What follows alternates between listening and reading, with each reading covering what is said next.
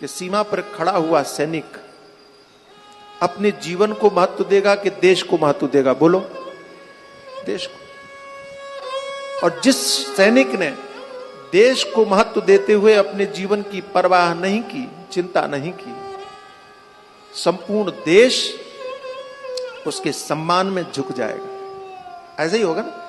संपूर्ण देश उसकी कीर्ति का गान करेगा, आने वाली पीढ़ियों को संदेश दिया जाएगा कि आपका सैनिक ऐसा हुआ। लेकिन किसी सैनिक ने अपने जीवन के लिए और देश को महत्व नहीं दिया तो आप उस सैनिक पर थू थू करेंगे। आप समझ रहे हैं मेरी बात? ऐसे ही परमात्मा ने, उस ईश्वर ने आपको इस संसार में माया की सीमा पर सैनिक बना करके खड़ा किया है। अगर आपने परमात्मा की इच्छा के अनुरूप इस धर्म को महत्व दिया, अपनी इच्छाओं को महत्व नहीं दिया, तो ईश्वर भी आपकी कीर्ति का गान करेगा। इस संसार में जितने भी महापुरुषों को हम श्रवण करते हैं, इस संसार में जितने भी संतों को हम याद करते हैं, वो चाहे भगवान शंकराचार्य हो, चाहे भगवान बुद्ध हो, चाहे भगवान महावीर हो, इन जिन जिन महापुरुषों का हम स्मरण करते हैं, इन सभी महापुरुषों ने अपने जीवन की इच्छाओं को महत्व नहीं दिया, इन्होंने धर्म को महत्व दिया। इसलिए आज भी ये सारा संसार उनके सामने नतमस्तक होता है।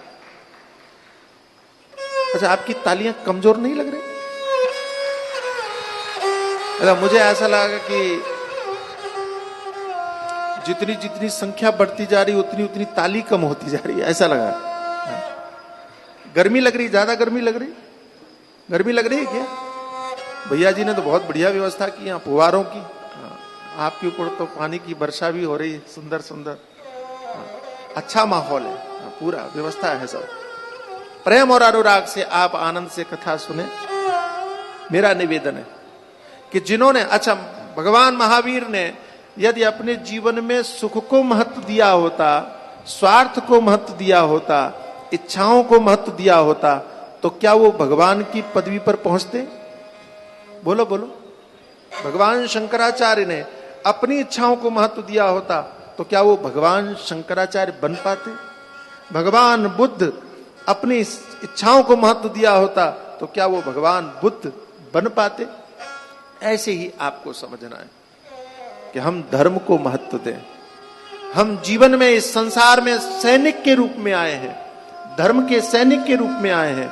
हमें धर्म की सेवा करनी है, हमें अपने कर्तव्यों का पालन करना है, हमें अपनी इच्छाओं को महत्व नहीं देना है। लेकिन आप समझना इस बात को जो मैं कहना चाहता हूं, यदि कोई सैनिक सीमा पर खड़े होकर देश को महत्व देते हुए रक्षा के लिए खड़ा हुआ है, तो उसके परिवार की जिम्मेदारी कौन संभालता है? बोलो, सरकार संभालती है कि नहीं?